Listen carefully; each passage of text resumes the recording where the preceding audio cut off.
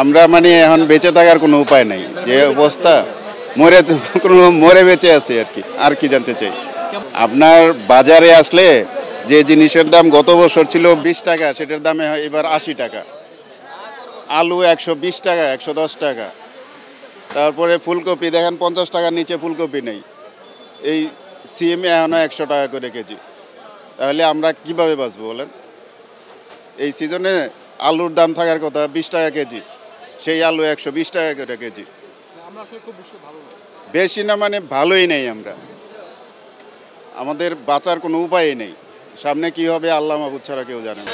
অবশ্যই করা উচিত, গভর্নমেন্টের দিকে নজর দেওয়া উচিত। বাজারটা তদারকি করলে তো বাজার কমে যায়। বাজার তদারকি করলে বাজার কমবে না? আপনার কৃষক তো আর এই দামে বিক্রি করতেছে না। ফুলকপি কি আপনার 50 টাকা করে কৃষক বিক্রি করে? কৃষক নিশ্চয়ই 10 টাকাই পায়। তাহলে এখানে আস্তে আস্তে আর 40 টাকা খায় ফেলায় মধ্যস্বত্বভোগীরা। এই মধ্যস্বত্বভোগীদেরকে একটু টেক কেয়ার করলেই হয়ে যায়। জিনিসপত্রের দাম বাড়তেছে কমতেছে, বাড়তেছে কমতেছে, কিন্তু কমার বেশিরভাগই বাড়তেছে। আপনি 100টা পণ্যের ভিতরে দেখবেন 90টা পণ্যের দাম বাড়তেছে। এমনও পণ্য আছে দৈনিক বাড়তেছে, যেমন তেল, তারপরে আপনার বিভিন্ন বাদাম, তারপরে আপনার চাউল, এগুলো তো দাম দেখা যাচ্ছে কয়েক গুণ বেশি। যে আপনার যদি 2 বছর আগে হিসাব করি মিনিকেট চাল ছিল 50 টাকা 45 টাকা, এখন 75 টাকা। যে আপনার তেল তেল যদি 3 বছর আগে হিসাব করি তাহলে আপনার ছিল 80 90 110, এখন 180 টাকা, 170 টাকা, 60 টাকা তেল। তারপরে আপনার বাদাম, কাঠবাদাম, কাজু বাদাম, যে কাঠবাদাম আমরা বিক্রি করছি 450 টাকা, বর্তমানে আপনার 1150 টাকা। যে কাজু বাদাম বিক্রি করছি আমরা 800 টাকা, এখন 1800 টাকা। যে পেস্তা বাদাম বিক্রি করছি 2 বছর আগে 1400 1300, এখন ওই পেস্তা বাদাম 2700 টাকা। কয়েক গুণ বাড়ছে। চিনির দামও 2-3 বছর আগে হিসাব করলে বেশি। হ্যাঁ, চিনি আমরা দেখা যায় আজ থেকে 3 বছর আগে চিনি কিনতাম 55 টাকা 60 টাকা, এখন ওই চিনি বিক্রি করতেছি আমরা 130 টাকা 25 টাকা। 2 গুণ বাড়ছে। জীবনযাপন আরো বেশি দিনকে দিন কঠিন হয়ে যাচ্ছে কিনা, কেমন আছে?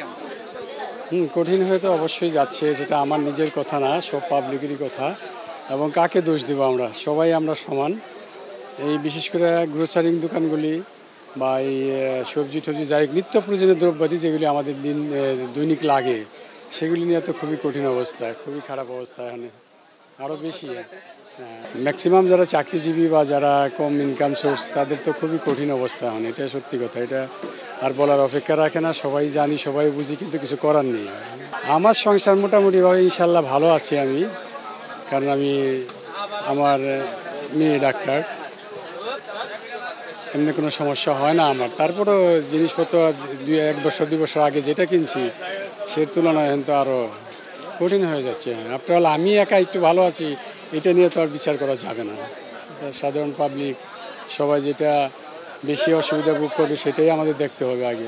অন্য অন্য বছরের তুলনায় এবারকার সবজির দাম একটু বেশি। অন্য অন্য বছর শীতকালে নাইলে সবজির দামটা আস্তে আস্তে কমে আসে। সিম, ফুলকপি, কাঁচা টমেটো, দেশি টমেটো যে সময় ভরপুর আমদানি হয়ে যায় ওই সময় আস্তে আস্তে দামটা কমে আসে, কিন্তু এই বছরটা একটু দামটা আস্তে আস্তে কমতেছে। বর্তমান বাজার কিন্তু ভালো সিম 100 টাকা সিম নাই, নর্মাল সিম আছে 50 থেকে 60 কেজি, বিচারা সিম আছে 100 কেজি, নলডক আছে 70 থেকে 80 কেজি, কাতলা আছে 80 টাকা কেজি। প্রতি বছর বাড়তেছে বলতে কি এই বছরের তুলনামূলক একটু বেশি দামটা অন্য বছর তুলনামূলক। বর্তমান আজকের বাজারে আলু 110 টাকা 105 টাকা আলু পাইকারি, 120 টাকা খুচরা বেচা হইতেছে।